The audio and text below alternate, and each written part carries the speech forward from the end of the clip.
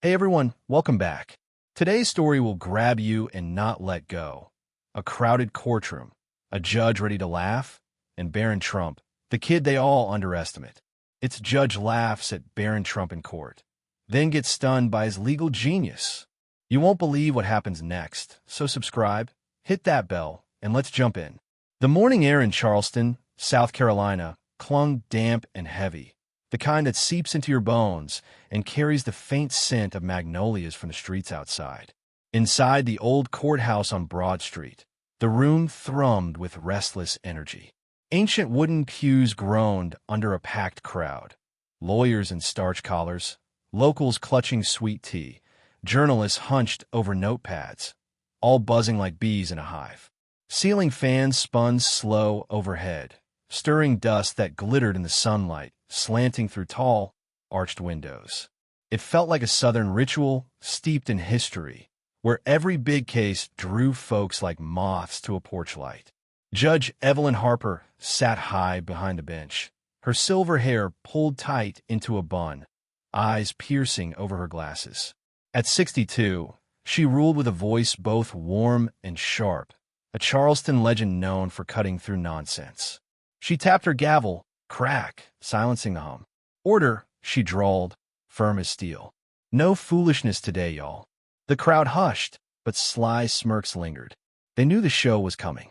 Barron Trump stood alone, 18 and lanky in a crisp navy suit that screamed money.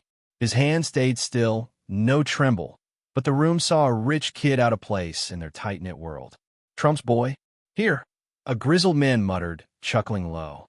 Lillian Carter, a gray-haired reporter from the Charleston Post, scribbled fast, smirking.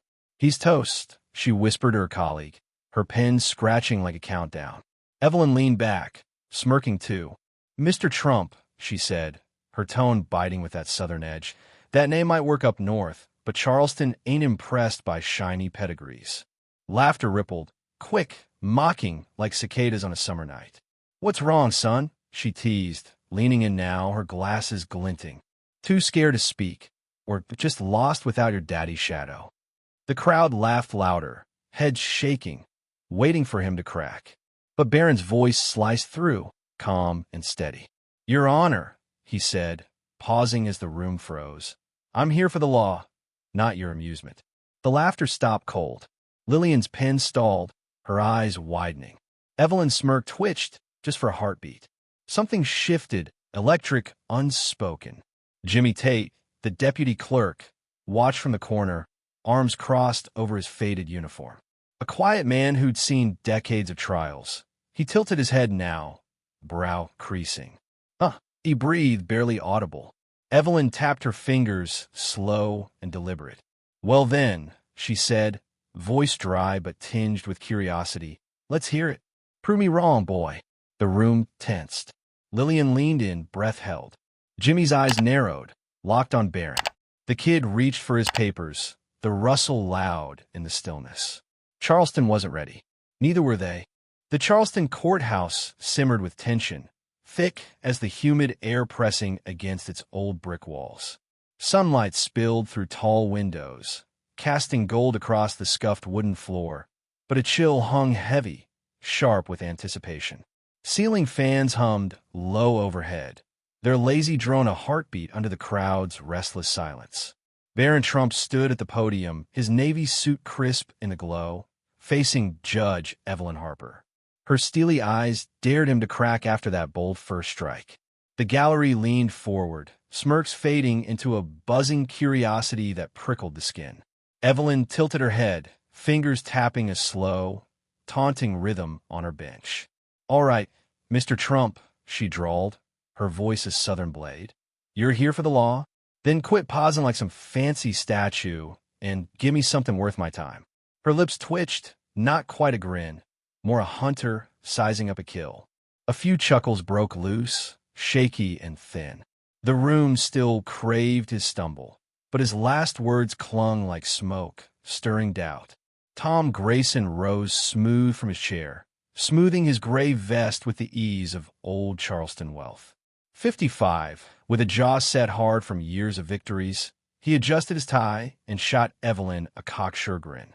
Your Honor, he said, slow as molasses, we don't need to indulge this charade. Boys got no place here. Let's move on. His voice dripped confidence, expecting the crowd to hum agreement. Some nodded. Murmurs rippled, but Lillian Carter, scribbling in the front row, arched a brow. She smelled blood in the water. Barron didn't blink.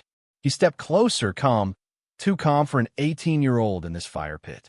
Your Honor, he said, voice steady as granite. If Mr. Grayson thinks I don't belong, why is he sidestepping Jenkins versus Beaufort? A gasp sliced the air, raw, unguarded. Tom's grin locked up, his hand stalling mid-gesture. Evelyn's tapping halted, her glasses catching the light. Silence slammed down, so thick you could hear Jimmy Tate's boots creak as he shifted in the corner. What's that, son? Evelyn snapped, leaning in, her tone a whip crack. Barron met her gaze, unflinching. That case, he said, slow and clear, rules testimony in property disputes here. He's ignorant. What? Whispers flared like sparks. Lillian's pen raced, her breath hitching. Well, damn, she hissed, loud enough to turn heads. Tom forced a laugh, harsh, brittle. Your Honor, this ain't no classroom, he barked, voice climbing. He's spouting nonsense he don't even get. Evelyn raised a hand, cutting him cold. Hush, Tom, she shot back, sharp and final. I'll say what's nonsense. Sit down. Tom's jaw clenched, but he sank, his swagger dimming fast. She pinned Barron with a stare. Big talk, Mr. Trump, she said, each word a gauntlet. You better bring more than words. Charleston don't suffer fools or fakes. The crowd froze, eyes flicking between them. Jimmy nodded faintly from his post. He saw it now. Something real breaking through. Barron adjusted his papers, the rustle a gunshot in the quiet. No fakes here, Your Honor, he said, low and sure. Just facts. He flipped a page, looked up, not at her, but the gallery, like he held them in his palm. Lillian's hand shook. Tom shifted, sweat beading. Evelyn's doubt flickered, subtle but there. The Charleston courthouse felt like a pressure cooker ready to blow, the air so thick you could choke on it. Dust swirled in the sunlight, piercing the tall windows, spotlighting Barron Trump at the podium. His navy suit stood out sharp against the faded wood, a lone figure under the weight of every eye. The ceiling fans droned on, slower now, as if they too held their breath. Judge Evelyn Harper sat forward, her silver bun glinting, her stare a blade honed on him. The gallery buzzed, half with doubt, half with something new, something dangerous. Hope. This wasn't a game anymore. It was a showdown. Barron flipped open his papers, the sound a crack in the silence. Your Honor, he said, voice steady, cutting through the hum. Mr. Grayson's whole case hinges on dismissing key testimony. He says it's unreliable, but he's wrong. He paused, letting that sink in. A murmur rippled through the crowd, low, tense. Tom Grayson shifted in his seat, his gray vest creasing as he leaned forward, jaw tight. Lillian Carter's pen hovered, her gray curls trembling with every stroke. Evelyn raised a hand, silencing the whispers. Wrong, you say? She drawled, her tone icy, daring. That's a bold claim, son. You better have iron in your spine to back it up. Her glasses flashed as she leaned closer, the bench creaking under her weight. The room tightened, every breath, every heartbeat pinned on him. Barron nodded once, sharp. I do, he said, flipping a page with precision. He's leaning on Hayes versus Columbia to toss this out. Claims the testimony's tainted. But that case... He looked up straight at Tom. It only holds if there's fraud. There's none here. Zero. A gasp broke loose, sharp, ragged. Tom's face reddened, his fingers digging into his notes. That's a stretch, Your Honor, he snapped, standing fast, voice booming.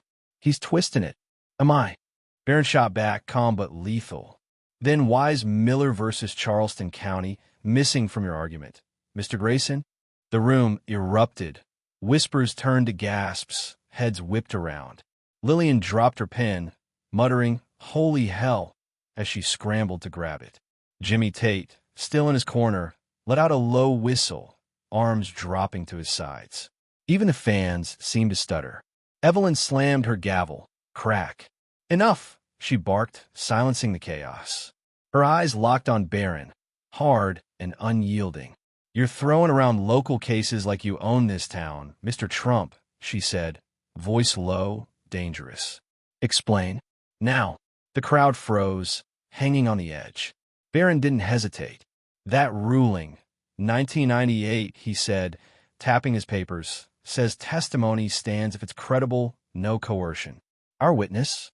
Clean as a whistle. Mr. Grayson's just cherry-picking to dodge the truth. He turned to Tom, voice dropping. If the law's a problem for you, that's on you, not me. A single laugh, hi, nervous, slipped from the gallery, then died fast. Tom's eyes blazed, his hands balling into fists. Your Honor, he growled, this is absurd. He's no lawyer. Evelyn didn't flinch. She leaned back, folding her arms, studying Barron like a puzzle she couldn't crack. Maybe not, she said, slow and deliberate. But he's making you sweat, Tom. Sit down. Tom hesitated, fury flashing, then sank defeated. The crowd buzzed again, louder, wilder. Lillian scribbled furiously, whispering, this kid's a damned renard. Barron pressed on, unshaken. The law's clear, Your Honor, he said, voice rising just enough to carry. Dismiss this testimony, and you're not just bending precedent, you're breaking it. That's not justice. Silence fell, heavy as a storm cloud. Jimmy nodded, slow and sure, a rare grin tugging at his lips.